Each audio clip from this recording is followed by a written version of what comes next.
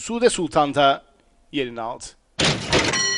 Start verildi ve Kaya Kayıkçı koşusu başladı. 1 numaralı Sude Sultan rakipten 2 boy kadar gerisinde koşuya başladı ancak doldurup grup içindeki yerini aldı. İç kulvardan yürüyen 6 numaralı Uğurlu öne düştü. Hemen dışında ikincide sokulan 4 numaralı Aysun Hanım oldu. Onların dışından da 2 numaralı Aten'den atakları var ki şimdi önde buluşan bu üçlüden içeriden gelme avantajıyla az farklı liderlik 6 numaralı Uğurlu'ya geçti. Dışında 4 numaralı Aysun Hanım var. Onların hemen sağrısında 3. 2 numaralı Aten. Bir boy kadar geride iç kulvara yakın 4. Triple Bonus. Triple Bonus'un hemen dışında 800 geçilirken 7 numaralı Punavala. 1,5 boy kadar geride iç kulvarda 9 numaralı Savurlu. Hemen dışında 8 numaralı Harnup. 2 boy kadar geride 3 numaralı Haşmet ve sağrısında grubun son sırasında Sude Sultan şeklinde Kaya Kayıkçı koşusunda son viraj yürümek üzere. 6 numaralı Uğurlu koşunun liderini yapmayı sürdürüyor. 4 numaralı Aysun Hanım iç kulvarda Triple Bonus ve dışlarındaki Aten takipteki safkanlar.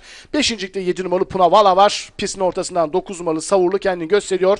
En dış kulvardan 3 numaralı Haşmet ve 1 numaralı Sude Sultan da birbirlerini getiriyorlar. 300 geçilirken farklar hızla azaldı. Şimdi pistin ortasından gelen 4 numaralı Aysun Hanım liderliği almaya çalışıyor. Hemen içinde 5 numaralı Triple Bonus var. Pistin ortasında 9 numaralı Savurlu en dış kulvardan Haşmet ve Sude Sultan da gelmeye çalışıyor. Aralardan çıkmaya çalışan Punavala ile birlikte son 20'de şimdi Aysun Hanım dışarıdan Punavala geliyor. Muhteşem bitiriş.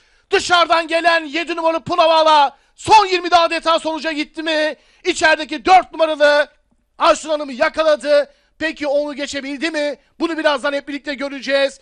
9 numaralı Savurlu da değerli yarışseverler yine öndeki mücadelelerin içindeydi. Birazdan birincilik kararını varış hakemleri verecek Kaya Kayıkçı koşusuyla ilgili olarak.